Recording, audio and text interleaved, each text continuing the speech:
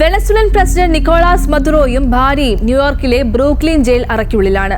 പ്രസിഡന്റിന്റെ കൊട്ടാരത്തിൽ നിന്ന് ഭൂമിയിലെ നരകം എന്നറിയപ്പെടുന്ന ബ്രൂക്ലിൻ ജയിലിലേക്ക് എത്തുമ്പോൾ മദുറോയ്ക്ക് അത് ഒരു അതിജീവന പോരാട്ടം കൂടിയാണ്. വമ്പൻ ഗുണ്ടാ സംഘത്തിലെ അംഗങ്ങൾ, ലഹരിമരുന്ന് കടത്തുകാർ, ഭീകരപ്രവർത്തനം നടത്തുന്നവർ, ലൈംഗിക കുറ്റവാളികൾ തുടങ്ങി ഗുരുതര കുറ്റകൃത്യത്തിൽ ഏർപ്പെടുന്നവരെ വിചാരണ കുറ്റവാളിയായി താമസിപ്പിക്കുന്ന ഇടമാണ് ബ്രൂക്ലിൻ ജയിൽ. ഏറെ ദുരൂഹത നിറഞ്ഞ കഥകളാണ് ഈ ജയിലിനെ കുറിച്ച് കേൾക്കുന്നത്. 1990-ലാണ് MDC ബ്രൂക്ലിൻ ജയിൽ തുറക്കുന്നത്. അതീവ കുറ്റകൃത്യങ്ങളിൽ ഏർപ്പെടുന്നവരെ പാർപ്പിക്കുന്ന ഭീകര തടവറ. കുപ്രസിദ്ധ മയക്കുമരുന്ന് മാഫിയ തലവൻ El Chapo Guzman, Ghislaine Maxwell, Sam Bankman Fried തുടങ്ങിയവർ വിചാരണ വേളയിൽ കഴിഞ്ഞിരുന്ന ഇടമായിരുന്നു ഇത്.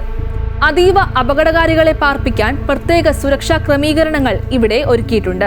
ഭീകരാന്തരീക്ഷം കൊണ്ട് മാത്രമല്ല, വിവാദങ്ങളിലും ബ്രൂക്ലിൻ ഇടം നേടിയിട്ടുണ്ട്. ഇപ്പോൾ 1300ഓളം തടവുകാരുണ്ട്.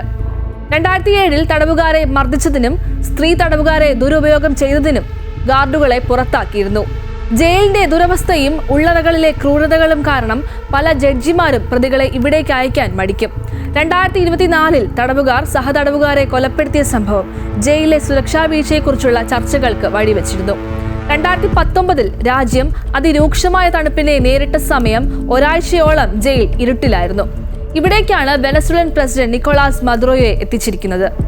ലഹരിമരുന്ന് കടത്തിലൂടെ ഭീകരവാദ ക്രിമിനൽ പ്രവർത്തനങ്ങളെ പിന്തുണച്ചു എന്നതാണ് മദുറോയ്ക്ക് മേൽ ചുമത്തിയിരിക്കുന്ന കുറ്റം. പക്ഷേ സമാനമായ കുറ്റം ചുമത്തപ്പെട്ടയാളെ അമേരിക്ക മോചിപ്പിച്ചെന്ന് പറഞ്ഞാൽ വിശ്വസിക്കാനാകുമോ? ഹോണ്ടുറാസ് മുൻ പ്രസിഡന്റ് ജുവാൻ ഒർലാൻഡോ ഫെർണാണ്ടസിനെ വിചാരണ ചെയ്ത US ഭരണകൂടം ജയിലിൽ അടച്ചിരുന്നു.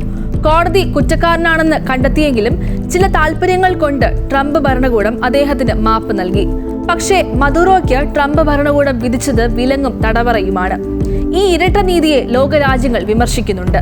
മദുറോയ്ക്ക് പിന്നാലെ മറ്റ് രാജ്യങ്ങൾക്ക് കൂടി ട്രംപ് ഭീഷണി മുഴക്കുമ്പോൾ അതിന് ശക്തമായി മറുപടി നൽകുന്നുണ്ട് കൊളംബിയ ഉൾപ്പെടെയുള്ള രാജ്യങ്ങൾ. ബ്രൂക്ലിന്റെ ഇരുട്ടിൽ ഇനി ഒരു ലോക നേതാവും തടവിലാകാതിരിക്കാൻ പല രാജ്യങ്ങളും മറുതന്ത്രങ്ങളും ചെറുത്തുനിൽപ്പുകളും തുടങ്ങിക്കഴിഞ്ഞു.